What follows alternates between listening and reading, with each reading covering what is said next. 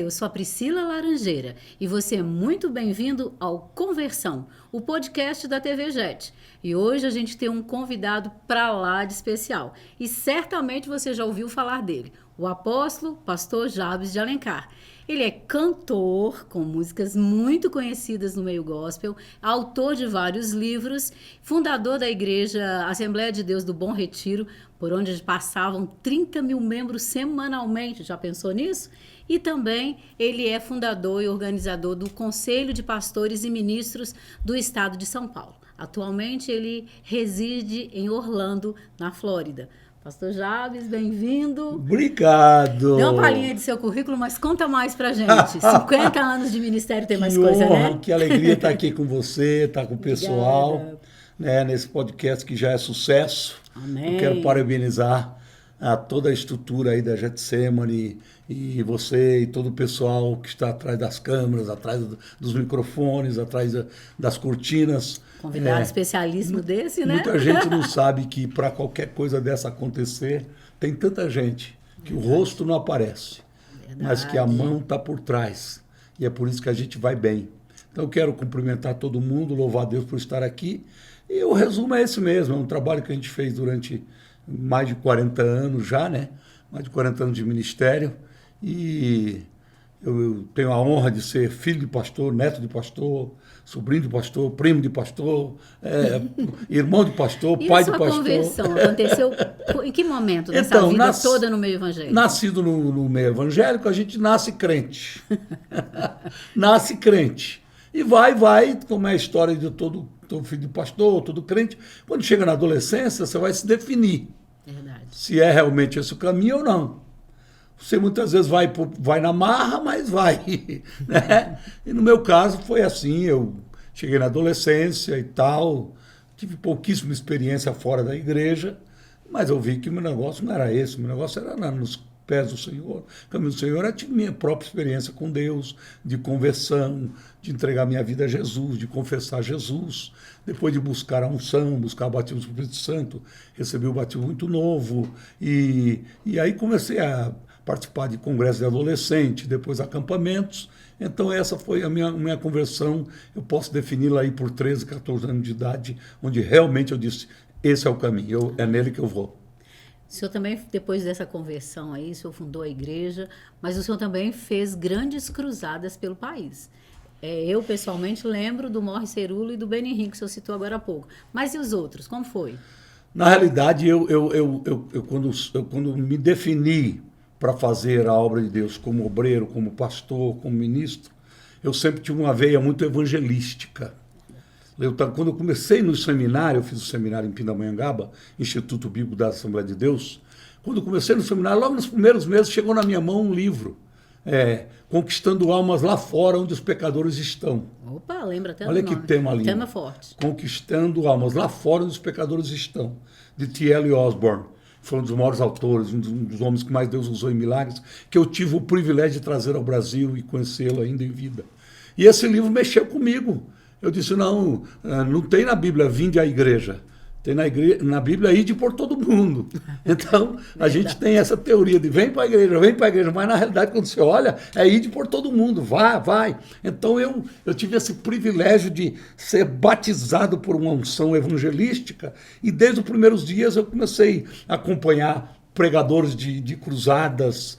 Eu me lembro do Natanael, o ex-padre Raimundo, outras pessoas lá atrás. Depois eu conheci um grande pregador do Porto Rico, chamado Didi Ávila, que fazia grandes cruzadas. Depois conheci o Morre Cerulo. Aí eu conheci esse pessoal, fui acompanhando esse pessoal de cruzadas evangelísticas em estádios, em ginásios, e eu fui fazendo as minhas cruzadas também. Foi aí que nasceu, então, esse projeto de sair das quatro paredes. Aí Deus nos deu a oportunidade de iniciar a igreja do Bom Retiro, que eu comecei com a minha família, com 7 pessoas, depois 40, e a igreja nasceu com essa veia evangelística. Por isso que com um mês de igreja eu já fui para a rádio e para a televisão. Ah, falou em rádio. Isso. Me conta. Tem aqui na Getsemane um monte de fãs do seu programa de dicas. Inclusive, deu a dica de te perguntar, qual a melhor dica que você tem para dar? Meu que programa... dava umas dicas muito boas, Não, o né? programa era um programa interessante, porque ele tinha colunas, né? Tinha era dividido o programa em várias coisas, e a gente tinha momentos de descontração, momentos de mensagem, tinha uma hora que tinha o Brasil Pergunta e o pastor responde. Tinha até uma música. O Brasil pergunta, o pastor responde, Jabes Alencar. Tinha até... Tinha a vinhetinha do meu nome, peraí, né? Que é isso, né? Às vezes eu chegava, depois que o programa pegou mesmo uma audiência forte, eu ia pregar em alguma igreja, muitas vezes eu ia e o pastor não anunciava meu nome, mandava o coral cantar. Ah, muito legal. O coral cantava, Jabes Alencar, era muito legal. Dá um exemplo de dica aí. Você era meio... Hoje tem o Padre Patrick, tem André Valadão. O senhor era meio como eles, aquelas dicas assim... Era mais ou menos por aí, era uma coisa meia rompendo, quebrando o paradigma, né? Mas era sério ou era brincadeira? Não, era sério. Ah, tá bom. Brincadeira era conta ou causo. Que eu tinha um momento que era conta ou causo. Eu colocava alguém que tinha algum causo engraçado no meio evangélico.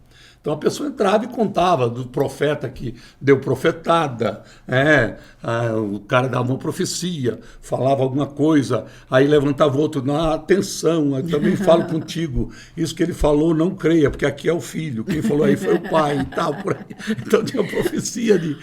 Mas hoje, por exemplo, na internet a gente tem muito hater, aqueles que odeiam a gente, criticam a gente. Você já passou isso na rádio? Tinha gente que não gostava? Meu Deus do céu, porque naquele tempo a gente recebia cartas. Sim. A gente tinha uma média de 500 cartas por dia. Opa, por dia? O programa era uma potência. 500 cartas por dia, para você ler, era impossível.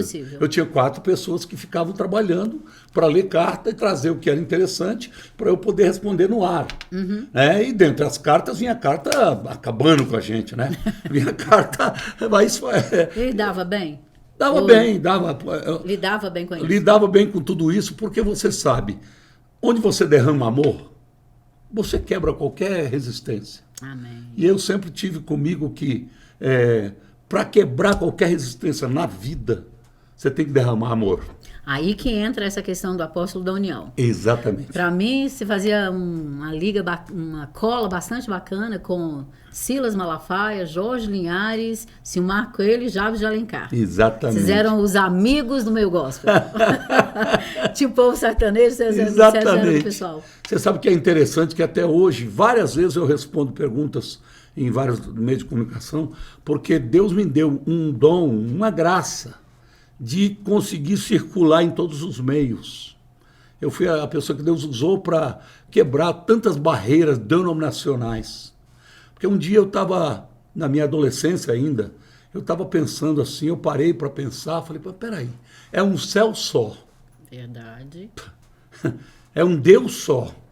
Por que a gente é tão dividido? Quando morrer e for para o céu, não vai todo mundo para o mesmo lugar? Por que a gente não se une aqui agora? Aí eu comecei a ler a Bíblia e ver o número de textos que tinha sobre a unidade. Verdade. Começa lá no Gênesis, quando Deus, ele é trindade, ele é Pai, Filho e Espírito Santo, que é um mistério.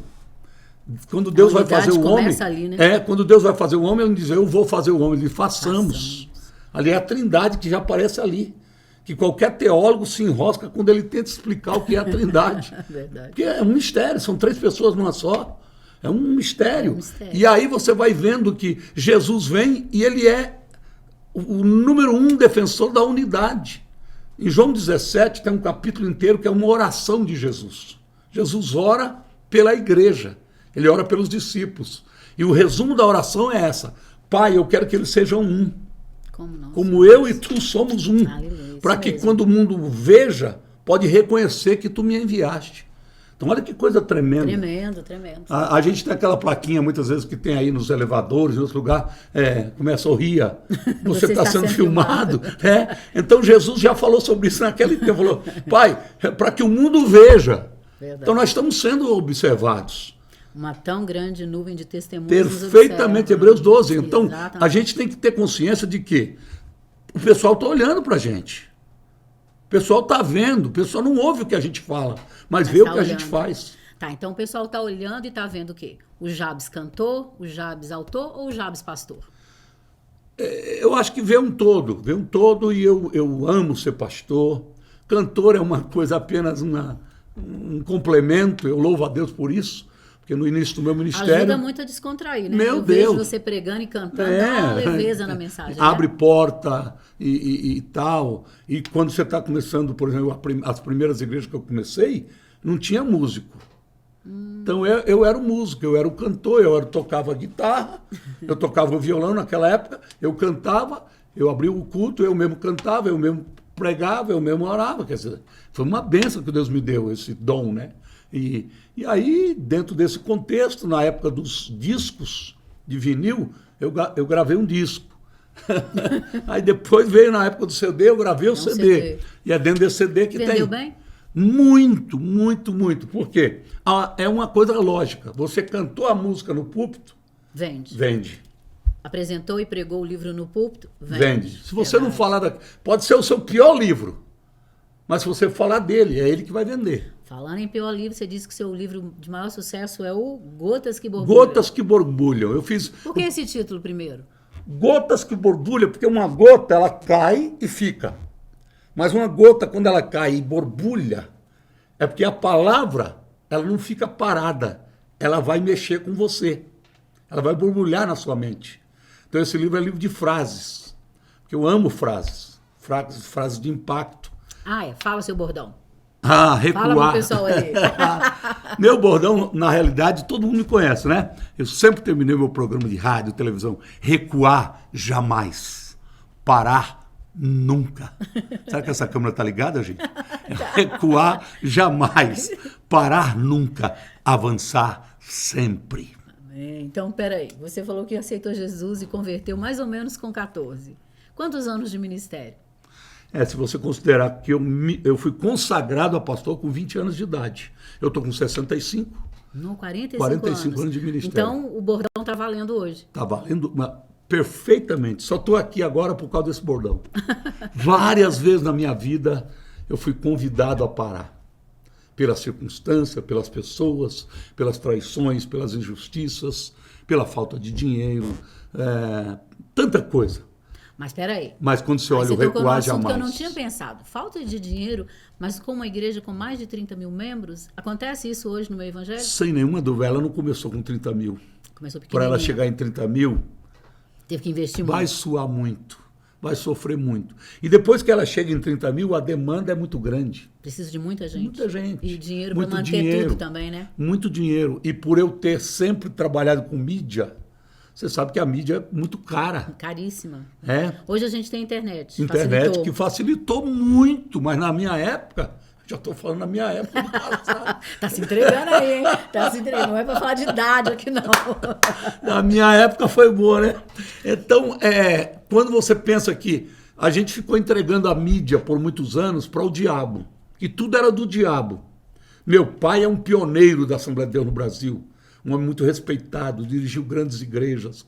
Meu pai é um nordestino de Pernambuco. Eu nasci em Cajazeiras, na Paraíba. Tem irmã minha que nasceu no Ceará, tem irmã que nasceu no Rio Grande do Norte, tem irmão meu que nasceu na Bahia. Concorda que o pessoal do Nordeste é mais culto do que todo mundo pensa? Sem nenhuma dúvida, sem nenhuma dúvida. Aliás, se você fizer um levantamento, você vai ver que grandes pensadores, grandes escritores, grandes filósofos, né? A turma da música, todo do pelo Nordeste. amor de Deus, tudo no Nordeste, no Norte e Nordeste. Então, há uma cultura, há um peso cultural muito forte no Nordeste. Quando fala que o Nordeste é pobre em educação, eu fico assustada de perguntar de onde é que vem esse dado estatístico. Que é terrível, né? Terrível, é um Ficou peso, isso peso sem lógica, sem lógica. Aí você fala, tá bom, obrigado, Rui Barbosa.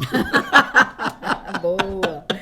Vocês falaram uma frase interessante. Com a idade chegam as rugas, além disso a maturidade. O coração é o mesmo, tem o mesmo anseio de buscar almas. Estou com fôlego para mais 30 ou 60 anos de ministério. E aí, tá valendo? Tá valendo mesmo. Tá valendo mesmo. E o que mudou hoje para essa maneira de ministrar, pregar o evangelho? Ou é a mesma maneira? Você sabe que a própria estrutura dos cultos, a liturgia, até a cor da igreja está mudando. Não, é legal que todo mundo que fez polêmica com a igreja preta depois teve que pintar. Porque entendeu que era para melhor transmissão dos vírus. Claro. Então tem coisa que...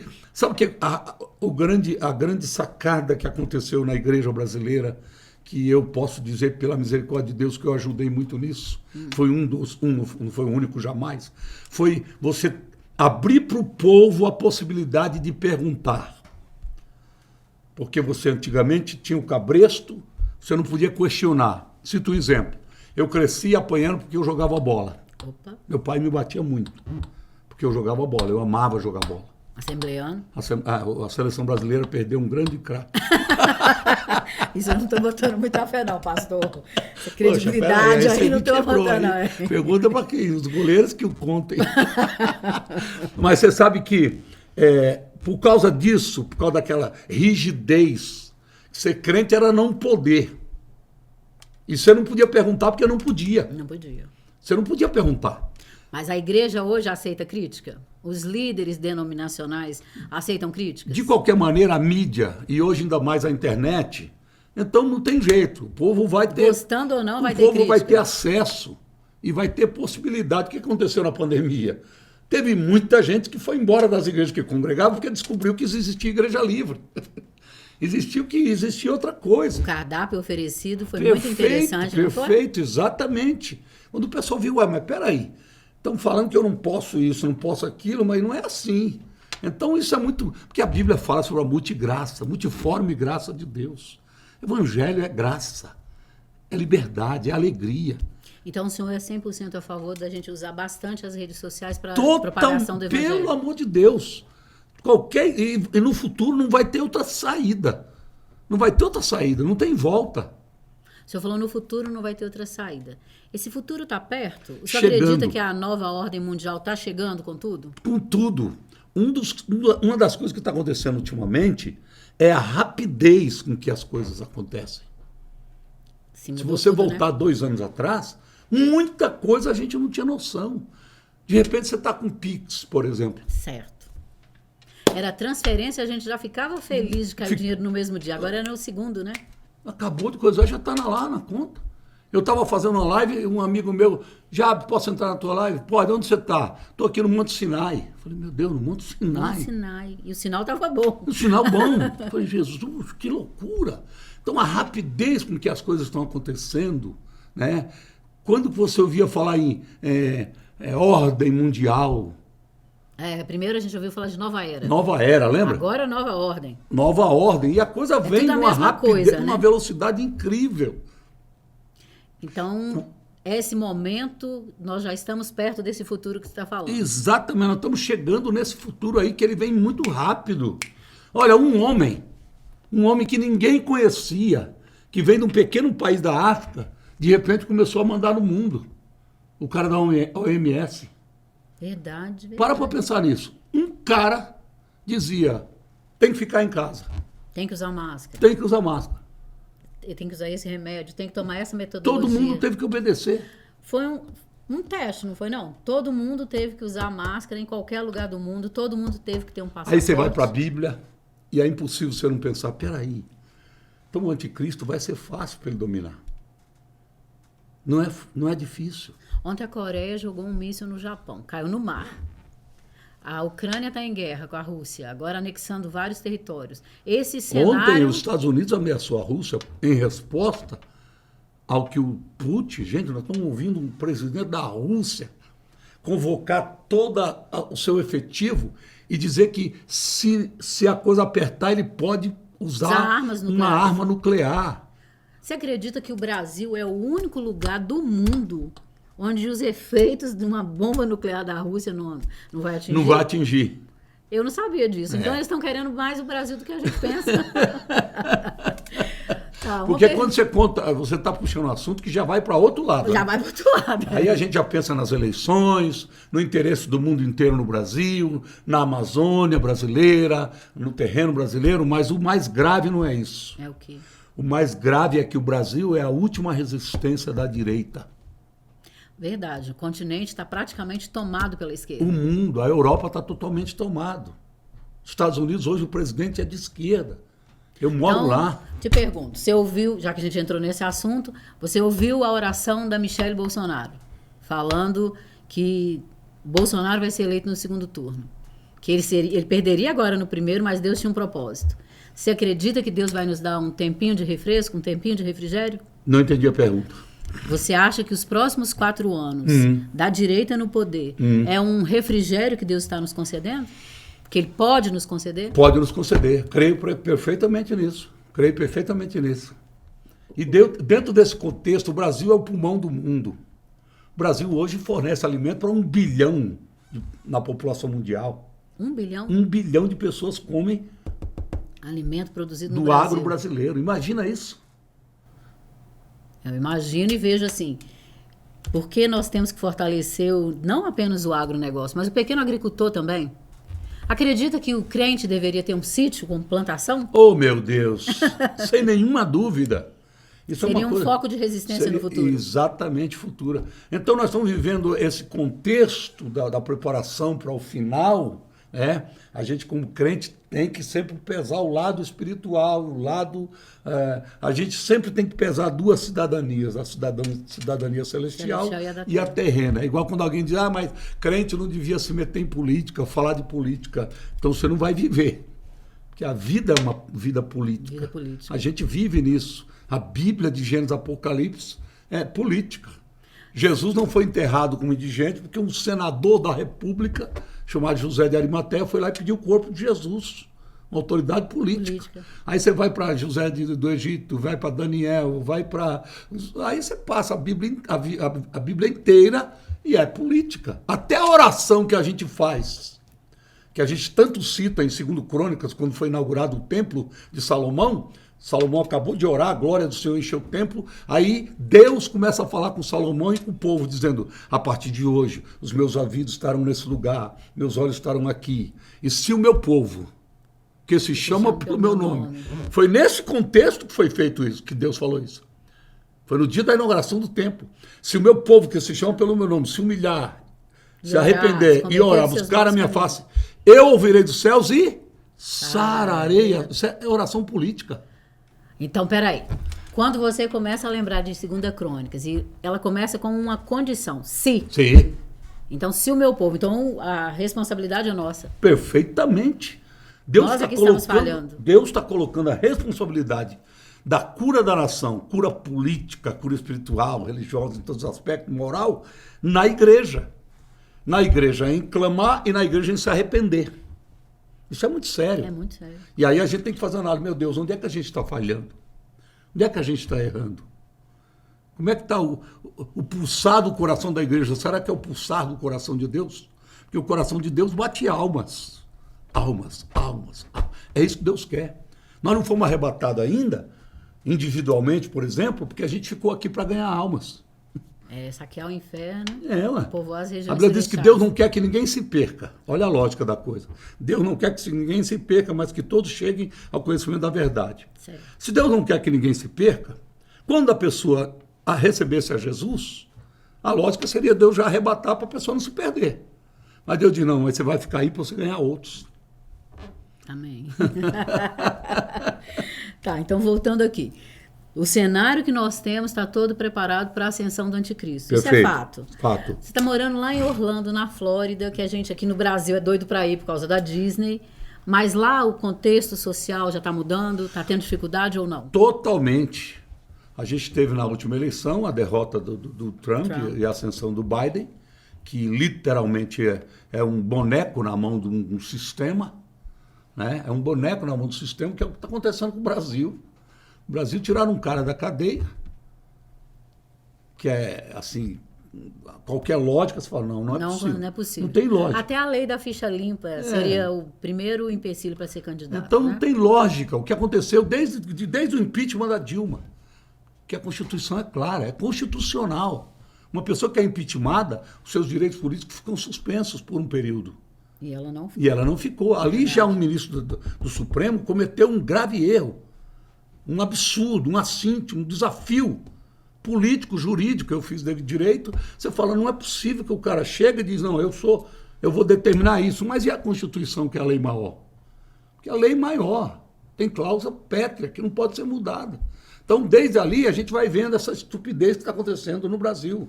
Vem outro ministro e cria uma coisa de fake news. Mas não está previsto na Constituição. Como é que eu crio? Eu não posso criar lei. Quem cria a lei é o legislativo. Aí a gente está vendo essas interferências. Agora um vereador foi cassado, o cara do Supremo diz, não, essa cassação não vale. Peraí, não é sua função isso. Se a nossa Corte Máxima intervém dessa forma, nós vamos duvidar do juiz da primeira instância. Matou a charada. Não vai querer ninguém.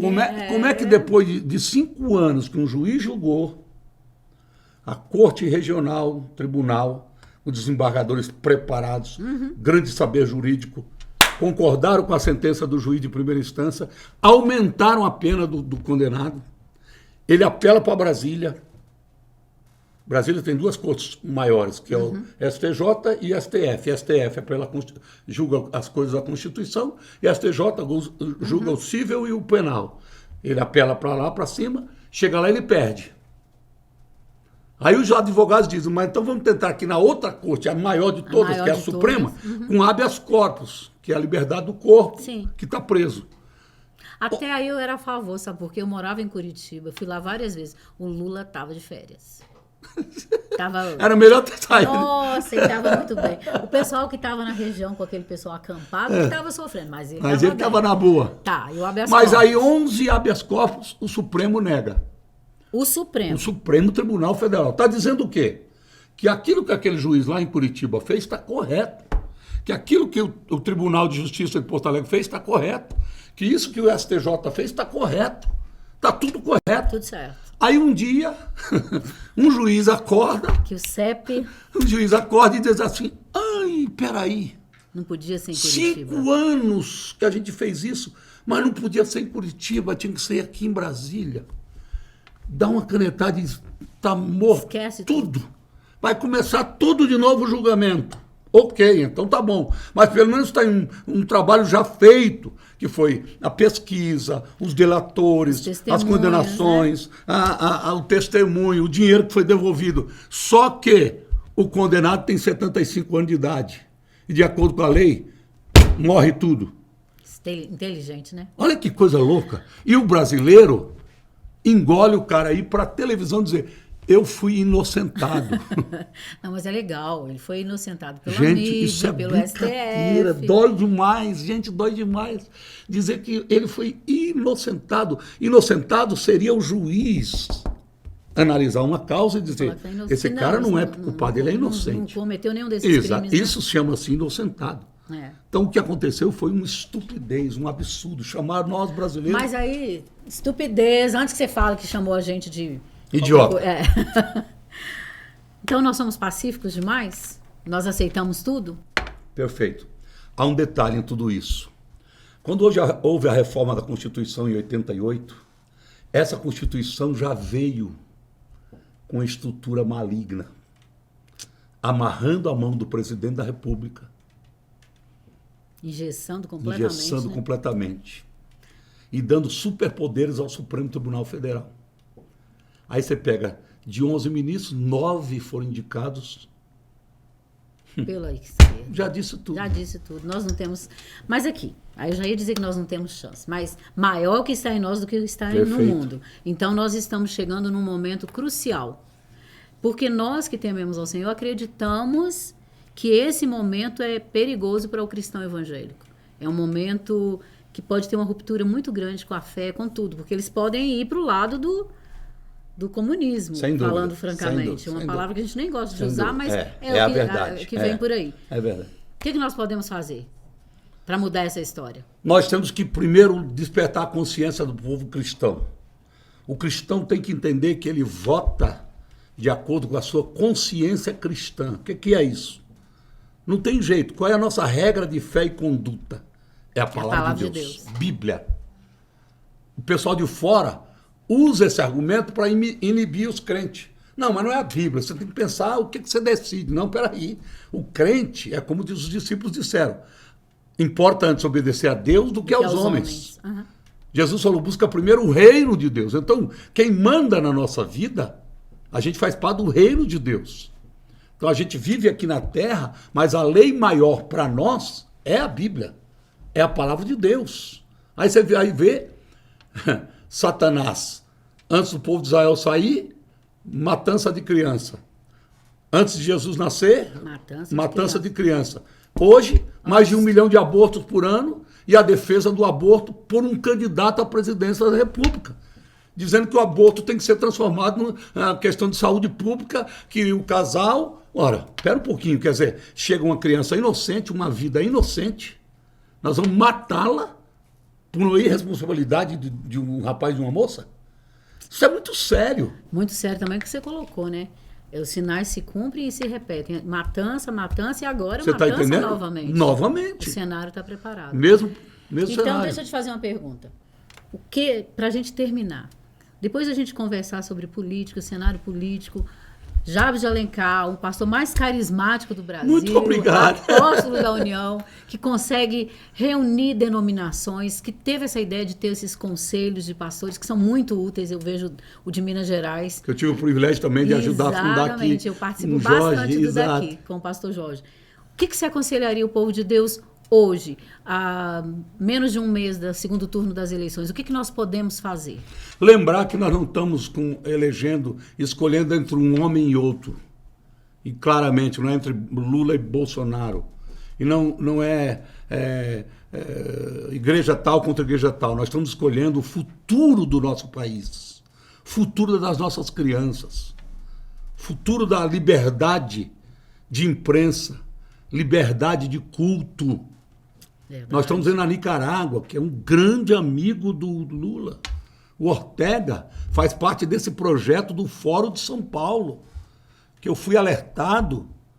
Gente, há muitos anos atrás, como presidente do conselho, eu tive uma reunião onde fui alertado ao pastor, tem um projeto futuro e tal. Então nós temos que ter consciência cristã. Eu quero me dirigir aos irmãos em Cristo. Você que está aqui, está me ouvindo.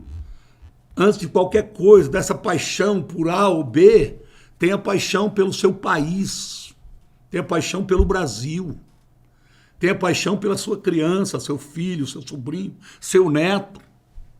Está pronto, os projetos estão em Brasília, estão barrados enquanto a eleição não termina.